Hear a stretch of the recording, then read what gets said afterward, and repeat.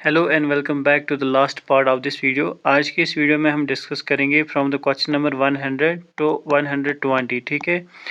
इसमें हम जो है लास्ट 20 मल्टीपल चॉइस क्वेश्चन जो है कंप्लीट करने वाले हैं। ये था हमारा जेके एसएसबी जूनियर फार्मासिस्ट का एक मॉडल पेपर या सैम्पल पेपर कह सकते हैं हम। बट यहाँ पर मैं कुछ इंपॉर्टेंट बातें आपसे शेयर करना चाहता हूँ। फर्स्टली बहुत सारे कमेंट्स आते हैं मुझे regarding the JK SSB junior pharmacist जो जम्मू के पोस्ट हैं, इससे रिलेटेड बहुत सारे इश्यूज़ है, जिससे रिगार्डिंग जो भी मुझे लेटेस्ट इन्फॉर्मेशन मिली है वो मैंने ग्रुप के इस वीडियो की जो है डिस्क्रिप्शन में मैंने प्रोवाइड की है। आप वो वहाँ से जाके पढ़ लीजिएगा। एंड यहाँ पर मेरी तरफ से आपको एक एडवाइस रहेगी, सो प्लीज़ लिसन केयरफुली। जो जेके एसएसबी जूनियर फार्मासिस्ट 2021 में एग्ज़ाम हुआ था, उसमें भी सेम ऐसी ही प्रॉब्लम जो है स्टूडेंट्स को फेस करनी पड़ी थी, जिसमें बहुत सारे बच्चे जो है वो डीमोटिवेट हो गए थे और उन्होंने अपनी पढ़ाई जो है वो बीच में छोड़ दी थी और अपने जो काम वगैरह है उसके साथ लग गए थे। And then suddenly JK SSB ने उसका जो है डेट वगैरह निकाला एग्ज़ाम का, क्योंकि बच्चों ने जो गैप उनको बीच में लगा उसकी वजह से उन्हें अच्छे से प्रिपरेशन नहीं कर पाए थे एंड द रिज़ल्ट वाज वो फेल हो गए। सेम इस वक्त भी हो रहा है जेके एसएसबी के जो भी बच्चे हैं। अभी आप देखिए अप्रैल का महीना चल रहा है, इसके बाद मई आने वाला है और फिर जून आने वाला है। ठीक है। इन 3 महीनों के अंदर, चलिए अप्रैल को आप छोड़िए, मई और जून के अंदर जो है आपके एग्ज़ाम्स जो है अकॉर्डिंग टू जेके एसएसबी आपके एग्ज़ाम्स है, जो जेके एसएसबी ने ऑफिशियली कहा है कि आपके एग्ज़ाम्स मई और जून में है। अभी जो है कोई एक्टिव स्टे वगैरह नहीं है जो मैंने यहाँ अभी तक पता किया है इसके बारे में। यहाँ पर अगर आप देखें ऑफिशियली कोई स्टे नहीं है इन पोस्ट्स पर, तो इस हिसाब से आपके एग्ज़ाम्स मई या जून में हैं। अब अगर आप प्रिपरेशन करना छोड़ देंगे वगैरह वगैरह, सिलेबस को रिलेटेड आपको इशू है, एलिजिबिलिटी से रिलेटेड आपको इशू है, वो आप बाद में देखिए। फ़िलहाल अगर आपने फॉर्म फिल किया है तो आप प्रिपरेशन कीजिए। ठीक है। रेस्ट जो भी है वो आपको साथ साथ पता चलेगा और जो आप प्रिपरेशन कर रहे हैं ये आपको ज़ाया नहीं होगी। आपको प्रिपरेशन करनी है, आप करते रहिए, कंसिस्टेंट रहिए और रिज़ल्ट फिर आपके सामने है। ठीक है। इसके अलावा जो भी अपडेट इन केस अगर कोई होगा वो मैं आपके साथ शेयर करूँगा। ठीक है। Without wasting time let's get started with the question number 101। यहाँ पर जो हमारा क्वेश्चन है इसमें पूछा गया है, which of the following is a phase first metabolic reaction catalysed by the cytochrome P450 enzyme. ठीक है। यानी कौन सी फॉलोइंग रिएक्शन जो है जो फेज फर्स्ट में आती है, फेज फर्स्ट मेटाबॉलिक रिएक्शन है, जिसे कैटलाइज करता है कौन, साइटोक्रोम P450 एंजाइम। ठीक है। ये आपने पढ़ा होगा मेटाबॉलिज्म में। यहाँ पर जो हमारा आंसर है इस क्वेश्चन का वो रहेगा ऑप्शन सी। ठीक है। यानी हाइड्रोक्सिलेशन। अब हाइड्रोक्सिलेशन जो है ये किस में आता है, फेज फर्स्ट मेटाबॉलिक रिएक्शन में। आपने जो पढ़ा होगा, जो हमारा टॉपिक है मेटाबॉलिज्म, इसमें इस ड्रग मेटाबॉलिज्म या मेटाबॉलिज्म में फेज फर्स्ट आता है और फेज सेकंड आता है। ठीक है। फेज फर्स्ट मेटाबॉलिज्म और फेज सेकंड मेटाबॉलिज्म। अब फेज फर्स्ट मेटाबॉलिज्म जो है इसमें आता है ऑक्सीडेशन। ठीक है। Oxidation, reduction, hydrolysis. अब जो ऑक्सीडेशन है उसी में जो है हाइड्रोक्सिलेशन इंक्लूड होता है। ठीक है। इसके अलावा अगर हम देखें जो सेकंड फेज है उसमें आता है सिंथेटिक या कंजुगेशन रिएक्शन, जैसे ग्लूकुरोनाइडेशन, एसिटाइलेशन, सल्फेशन। ठीक है। ये सब इसमें आता है। यहाँ पर हमारा आंसर रहेगा ऑप्शन सी। उसके बाद जो हमारा नेक्स्ट क्वेश्चन है that is question number 102। The mechanism of action of ondansetron used for chemotherapy induced nausea is. ठीक है। यानी सिंपली यहाँ पर आपको बताना है मैकेनिज्म एक्शन ऑफ ओनस्ट्रॉन। ये स्टेंजा अगर आप भूल भी जाते हैं यहाँ पर तो कोई मसला नहीं है, ये आपको यूज बता रहा है किसका, ओंडम का, लेकिन हमें क्वेश्चन क्या है, मैकेनिज्म। ठीक है। यहाँ पर जो हमारा आंसर रहेगा क्वेश्चन नंबर 102 का वो रहेगा ऑप्शन बी। ठीक है। ऑप्शन बी क्या है, 5-HT3 रिसेप्टर एंटागोनिस्ट। जो ओंडोस्टेरोन है वो वर्क करता है by inhibiting the 5-HT3 receptors. ठीक है। Both peripherally and vagal nerve terminals पर। ठीक है। जहाँ पर जो है वो CTZ यानी जो कीमो रिसेप्टर ट्रिगर जोन है हमारे ब्रेन में, उसके जो रिसेप्टर्स है उन पे एक्ट करके इसको जो है एंटागोनाइज करता है। सो यहाँ पर हमारा आंसर रहेगा ऑप्शन बी। उसके बाद जो हमारा नेक्स्ट क्वेश्चन है that is question number 103 in the management of organophosphate poisoning. ठीक है, यहाँ तक पहले समझिए। इन द मैनेजमेंट यानी जो हम ट्रीटमेंट करते हैं या मैनेज करते हैं ऑर्गेनोफॉस्फेट पॉइजनिंग, जिसे हम शॉर्ट में ओपी पॉइजनिंग भी कहते हैं।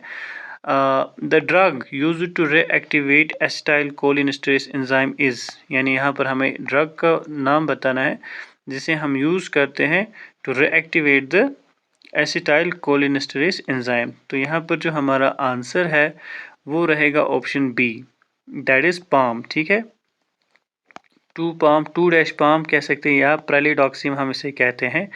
ये वो ड्रग है जो हम यूज़ करते हैं in the management of organophosphate poisoning to reactivate the acetyl cholinesterase enzyme. ठीक है, उसके बाद हमारा नेक्स्ट क्वेश्चन है दैट इज क्वेश्चन नंबर 104, जिसमें पूछा गया है which specific part of nephron is responsible for the counter current multiplier mechanism. ठीक है, सो यहाँ पर टर्म है काउंटर करंट मल्टीप्लायर।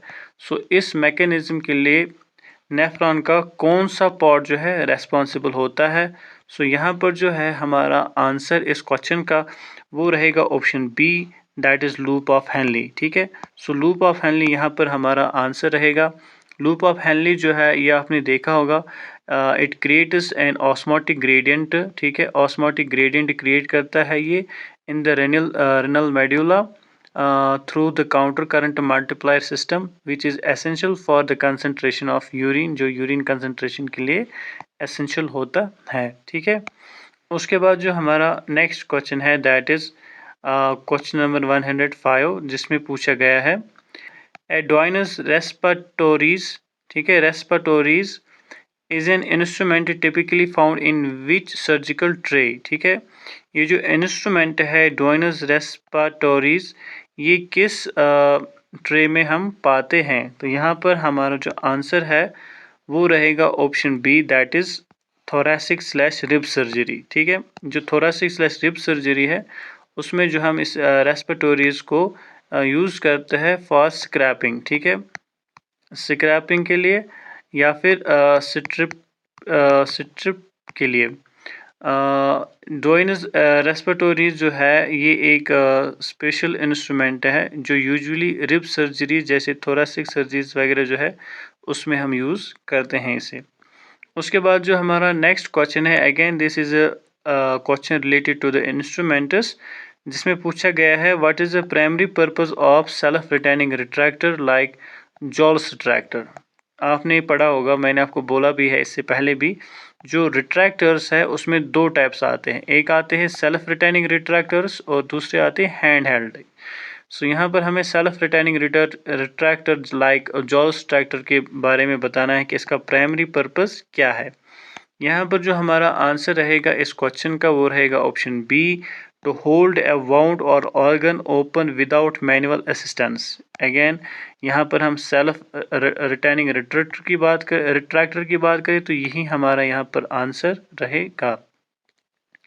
उसके बाद जो हमारा नेक्स्ट क्वेश्चन है that is question number 107, the bore committee या बोर कमेटी 1946 में जो आई थी is significant in Indian health care history for recommending. ठीक है, जो ये बोर कमेटी वगैरह है ये मैंने ऑलरेडी अपनी प्रीवियस वीडियोस में डिस्कस किया है। सो अगेन यहाँ पर आपका इस वक्त मॉक टेस्ट चल रहा है। अगर आपने यहाँ पर इस क्वेश्चन का राइट आंसर दिया after watching those videos then आप सही जा रहे हैं, आपकी प्रिपरेशन अच्छी जा रही है। ठीक है, अगर आप गलत आंसर दे रहे हैं यहाँ पर तो आपको फिर से मेहनत करनी है and again you have to check your knowledge. So यहाँ पर हमारे क्वेश्चन नंबर 107 का जो आंसर है वो रहेगा option B, that is integration of curative and preventive services through primary health centres, जो हमने ऑलरेडी डिस्कस किया है इसके बारे में। ठीक है, सो बोर कमेटी जो है इसमें ज़्यादातर आपको प्राइमरी हेल्थ सेंटर्स के बारे में ही पता होना चाहिए। उसके बाद जो हमारा नेक्स्ट क्वेश्चन है that is question number 108 match the drug with a specific adverse effect, यानी हमें ड्रग दिया गया है उसकी हमें स्पेसिफिक एडवर्स इफेक्ट के बारे में बताना है। So this is a tricky question here, जहाँ पर हमें कॉलम ए और कॉलम बी मैच करना है। सो कॉलम ए में है हमें सबसे पहले अगर हम देखें यहाँ पर इथम्ब्यूटॉल है, उसके बाद रिफेम्सिन है, उसके बाद वैनकोमाइसिन, उसके बाद जेंटामाइसिन। ठीक है, सो इथम्ब्यूटॉल अगर हम देखें यहाँ पर इसका जो आंसर है it will be that optic neuritis. So ethambutol की वजह से जो it causes optic neuritis, that is blurred vision. उसके बाद जो नेक्स्ट है that is rifampicin. So rifampicin causes harmless red orange discoloration of urine and secretions, that is our option A here 1. उसके बाद जो है vancomycin, so it is associated with the red man syndrome. And then gentamicin जो है it causes it specific adverse effect is ototoxicity and nephrotoxicity. ठीक है, so with this we have matched the options and now you can we have matched the columns and now you can choose the right answer here. तो यहाँ पर जो हमारा right answer रहेगा वो रहेगा option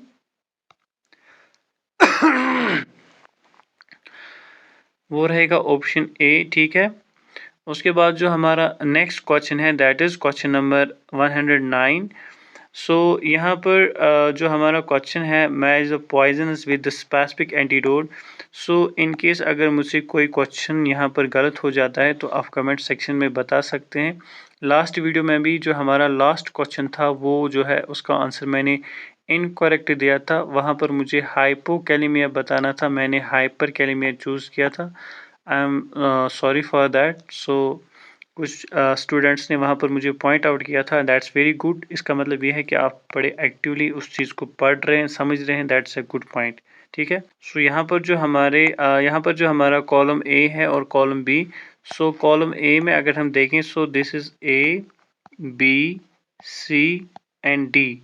now we have to match this with the column B. So यहाँ पर अगर हम देखें सबसे पहले आपको यहाँ पर आयरन दिया गया है, उसके बाद बेंजोडाइजिपिन एंड उसके बाद पैरासीटामोल, उसके बाद मेथनॉल। ठीक है, सो मेथनॉल का जो है डी का रहेगा 4। सो मेथनॉल एथनॉल रहेगा। ठीक है, ये आयरन का जो है उसका रहेगा ऑप्शन 2 यहाँ पर डेस्फिरियोजामीन। उसके बाद जो है बेंजोडाइजिपिन इसका रहेगा 3 दैट इज़ फ्लूमेजिनिल। और उसके बाद जो है दैट इज़ पैरासीटामोल उसका रहेगा एन एसिटाइल सिस्टीन।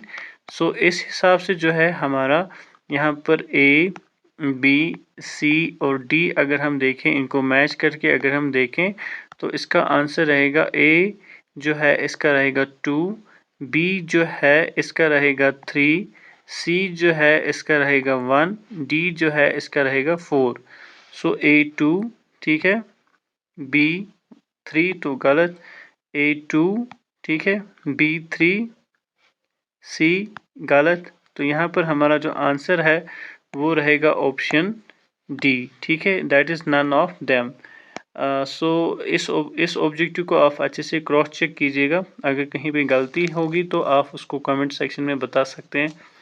उसके बाद जो हमारा नेक्स्ट क्वेश्चन है दैट इज़ क्वेश्चन नंबर 110, जिसमें असर्शन और रीज़न हमें दिया गया है और हमें यहाँ पर बताना है क्या ट्रू है एंड क्या इनकरेक्ट है। ठीक है, so in an emergency adrenaline is the drug of choice for anaphylactic shock.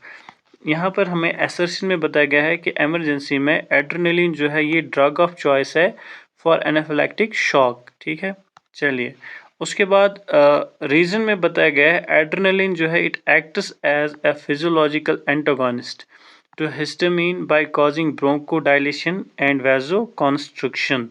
अब अगर हम देखें यहाँ पर जो हमारा आंसर है वो रहेगा option A, that is both A and R are true and R is the correct explanation। चूँकि assertion जो है ये true है, reason भी true है और reason जो है वो correct explanation है हमारे assertion की। ठीक है, उसके बाद जो हमारा next question है that is question number 111, जिसमें पूछा गया है which statement about autoclave are correct। यहाँ पर हमारे पास 4 चार स्टेटमेंट्स है, इनमें से कौन सी करेक्ट है अबाउट ऑटोक्लेव वो हमें देखना है। सो फर्स्टली अगर हम देखें यहाँ पर जो स्टेटमेंट्स है जो करेक्ट है अबाउट ऑटोक्लेव उसमें से आएगा that is it uses moist heat sterilisation. Moist heat sterilisation आती है ऑटोक्लेविंग में, बिल्कुल ठीक है। उसके बाद स्टैंडर्ड कंडीशन जो है वो 121 degree Celsius 15 psi for 15 minutes होती है, ये भी करेक्ट है, ठीक है। एंड देन बैसिलस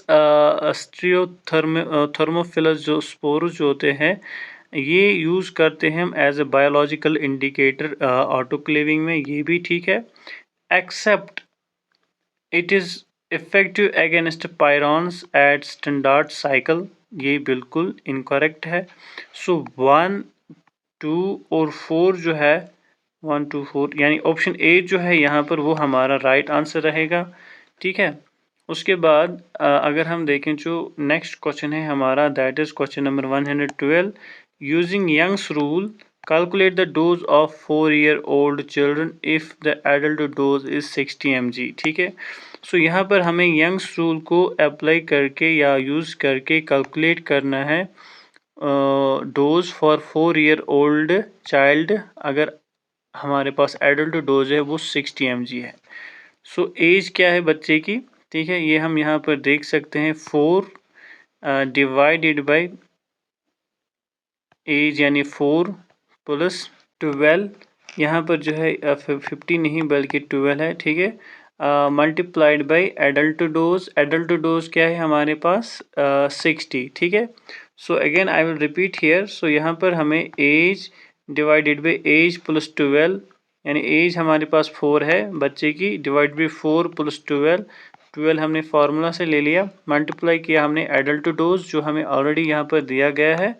सो अगर हम देखें सिंपली हम कह सकते हैं 4 divided by 4 plus 12 multiplied by 60 करना है हमें, ठीक है। इससे हम 4 डिवाइडेड बाई 16 मल्टीप्लाइड बाई 60 कर सकते हैं, जिसे हम सॉल्व करने के बाद 0.25 मल्टीप्लाइड बाई 60 करके जो है हमें यहाँ पर अपना जो है रिजल्ट निकलेगा, जो आपको आता है, जिसका आंसर यहाँ पर हमें आता है that is option B 15 mg, ठीक है। So 15 mg will be the right answer. Question number 113 which part of the eye is primarily affected in cataract. Cataract एक कंडीशन है तो उसमें आई का कौन सा पार्ट जो है प्राइमरीली अफेक्ट होता है, यहाँ पर हमारा जो आंसर है वो रहेगा option see that is lens. Lens जो है ये अफेक्ट होता है अगर हम देखें। सो उसके बाद जो है next question again assertion and reason type है, जिसमें असर्शन में पूछा गया है लूप डायूरेटिक लाइक फ्रूसिमाइड जो है कैन कॉज हाइपोकैलेमिया, ठीक है। दे रीजन में बताया गया है they increase the excretion of sodium chloride and potassium in the thick ascending limb of loop of Henley. तो अगर हम देखें यहाँ पर हमारा जो आंसर है वो रहेगा option A, that is both A and R are true and R is the correct explanation।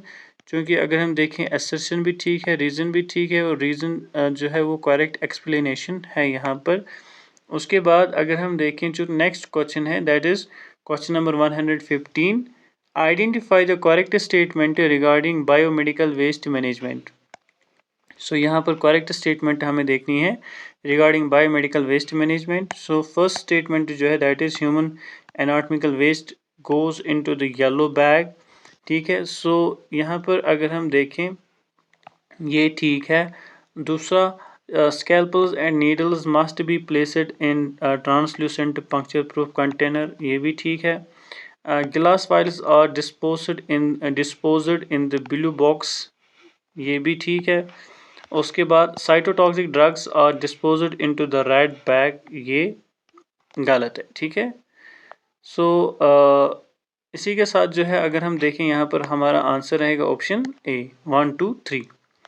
Next question जो है that is pernicious anaemia is caused by a deficiency of which vitamin. यहाँ पर हमारा answer रहेगा बिल्कुल simple that is vitamin B12, option B will be the right answer. pernicious anemia occurs when the blood cannot absorb enough vitamin B12, ठीक है, due to the lack of intrinsic factor. ये भी आपको यहाँ पर पता होना चाहिए। इंट्रिंसिक फैक्टर कहाँ पर होता है? स्टमक में। उसके बाद जो हमारा नेक्स्ट क्वेश्चन है that is question number 117, match the health committee with its primary focus. Again this is a very important question जो हमने अपने प्रीवियस वीडियोज़ में डिस्कस किया है। आज आपको यहाँ पर इसका ऑब्जेक्टिव आया है, तो चूज़ कीजिए column A with column B. So यहाँ पर थोड़ी सी करेक्शन है, ये आप ए बी सी डी इससे रखेगा और इससे 1 2 3 4, ठीक है। Now you can choose here. So अगर हम देखें यहाँ पर हमारा जो आंसर है दैट इज़ बोर कमिटी जो है इसका आएगा integration of health services. Next जो है that is Mudaliar committee B. So strengthening district hospitals, यानी ये यहाँ पर हमारा इसका आंसर है। उसके बाद जो है करतार सिंह कमेटी जो हमने पढ़ा था उसमें मल्टीपर्पज़ वर्कर्स का याद रखिएगा। And then the Srivastava committee जो है it is referral services and reorientation of medical education. So इस हिसाब से यहाँ पर ही हम आंसर देख लेते हैं ए बी सी और डी का। सो दैट विल बी ए जो है बोर्ड कमेटी A2 B3, ठीक है, C1 एंड D4 2 3 1 4। सो 2 2 3 1 4 यानी ऑप्शन ए जो है यहाँ पर हमारा राइट आंसर आएगा 2 3 1 4, ठीक है। सो आई होप कि आपने क्वेश्चन नंबर 117 को अच्छे से समझा। उसके बाद जो हमारा नेक्स्ट क्वेश्चन है that is question number 118। So assertion and reason type है ये, जिसमें पूछा गया है atropine is used as a pre anaesthetic medication. क्या एट्रोपिन को हम यूज़ करते हैं एज प्री एनेस्थेटिक मेडिकेशन, ठीक है। Next, it reduces salivary and bronchial secretion preventing the risk of aspiration. So मेरे ख्याल से इसका आंसर जो है वो रहेगा option A, both A and R are true and R is the correct explanation. क्योंकि एट्रोपिन जो है ये हम एनेस्थेटिक मेडिकेशन देते हैं क्योंकि इसकी वजह से जो है it reduces salivary and bronchial secretion, जिसकी वजह से एस्पिरेशन का जो रिस्क है वो हम कम करते हैं। बिल्कुल ऑप्शन ए यहाँ पर हमारा इसका राइट आंसर रहेगा, ठीक है। उसके बाद जो last but not the least question number 119 है, इसमें पूछा गया है which of the following statements are true about surgical instrument. चलिए सर्जिकल इंस्ट्रूमेंट से रिलेटेड क्वेश्चन है। सो यहाँ पर firstly Babcock forcep, T tube, cat's paw retractor, Joll's retractor, जो ये इंस्ट्रूमेंट्स है इनको अपनी जगह अच्छे से याद रखिएगा। क्या क्या यूजेस है, क्या स्पेसिफिक है, इससे रिलेटेड अगर सिलेबस सेम रहा तो ये क्वेश्चन पक्का आएंगे आपको, ठीक है। सो यहाँ पर हमारा जो आंसर है वो रहेगा, पहले हम देखते हैं जो बैबकॉक्स फोर्सेप है ये यूज़ करते हैं हम to hold tubular structures like appendix. T tube drain primarily used after biliary tract surgery cholecystectomy में। Cat paws retractor used to retract small delicate tissue. Joll's retractor specifically for thyroid surgery. So यहाँ पर all of the एबो जो है वो answer रहेगा, ठीक है।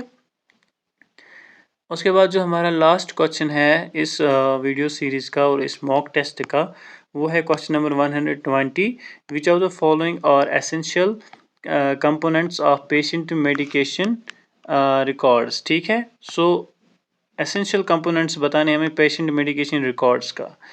फर्स्टली यहाँ पर जो अगर हम देखें दैट इज़ जो पेशेंट्स एलर्जी हिस्ट्री है ये हमें लेनी पड़ती है पेशेंट मेडिकेशन रिकॉर्ड्स में, it's very important. Secondly list of current and past medications.